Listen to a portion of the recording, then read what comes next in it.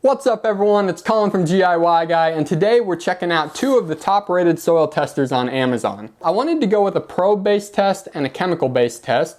For the probe-based test, I went with the SONKIR 3-in-1 soil tester. It was about 13 bucks on Amazon, really good reviews. It doesn't take any batteries and it can measure pH, moisture, and sunlight levels. So we'll go ahead and crack this one open. This is a really simple design. It's just got two probes, again, no batteries. It's got a switch where you can switch between moisture, light, and pH readings. And then it's got a little analog readout where you can get your measurement. So the long probes are really nice for sticking into the ground or getting to those hard to reach places. So that is the SONKIR 3-in-1 test. We'll get to the demo in a little bit. Alright, so next up we've got the Luster Leaf Rapitest. It's a little more complex than just this one where you stick it in the ground and it does its thing. This one actually, you have to mix up some water and soil, let it sit for a little while, and then use a capsule to get a color reading. So on top of measuring pH, you can also measure your nitrogen, phosphorus, and potash levels, which is pretty convenient. I'm going to be doing both of these soil tests in my soon-to-be blackberry bed, so I'm really curious about what kind of NPK levels are in there, as well as pH, because I think blackberries need a slightly acidic pH. Alright, so I've got the contents all laid out in front of me.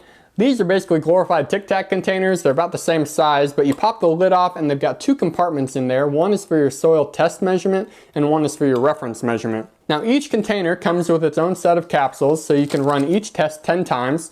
And then finally, if you want to feel like a scientist, I guess you can use this pipette or whatever it is. So that is the contents of the inside of the package. Now let's go outside and test it for real. Alright, we're out in the blackberry bed. The instruction manual says to insert the probe into the ground about 4 inches and wait 10 minutes before we get our measurement. It's been about 10 minutes and it looks like our pH is about 7.5. Now I'll also demonstrate the light and moisture reading as well. So if we switch to light, it's bright mid-morning sun. We're about 2,000 lumens. It's pegged all the way to the max. And the moisture is reading about 3 or 4. So we're doing pretty well there. Now let's go inside and check out the other test kit. We are back inside. The tests are set up and ready to go. We've got our pH, nitrogen, phosphorus, and potash tests with their respective capsule in the front. Let's start with the pH test. This is the simplest of the 4. We fill to the first line with garden soil, then to the second line with distilled water. Then we're going to add the contents of our capsule, shake it well, and let it sit for a minute. Then we should be able to get a color reading of our pH. So I shook it up. We'll go ahead and set this to the side while we set up the other tests.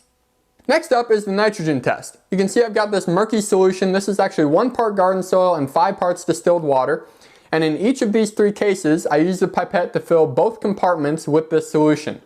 Now, in each of these cases, all I'm going to do is add their respective pill, and then we'll shake it up, let it sit for 10 minutes, and we'll get our color reading. Okay, it's been about 10 minutes and we've got some great results to discuss. It looks like our pH came in around 7 or 7.5, which is good because that's what our probe gave us. So we're getting consistency there. Now unfortunately our nitrogen is basically in the depleted range, so we'll have to do some work on that come springtime. Now the phosphorus is a weird one, and the instructions said if you get these blue flakes at the bottom, then you want to shake it again to suspend those in the solution.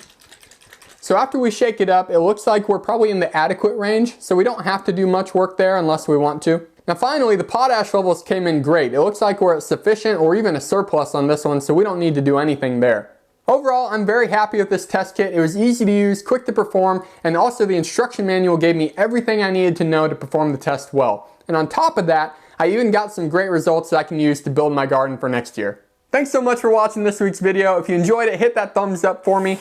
If you find a pH test kit that you really like or didn't like, or you're not into pH test kits, let me know in the comments below. I'd love to hear about it. Also, both these products are linked in the description. There's no kickback for me. If you don't even want to buy a test kit, check out this video where I show you how to approximate your pH with just baking soda and vinegar. With that, I hope your day is awesome and keep growing it yourself.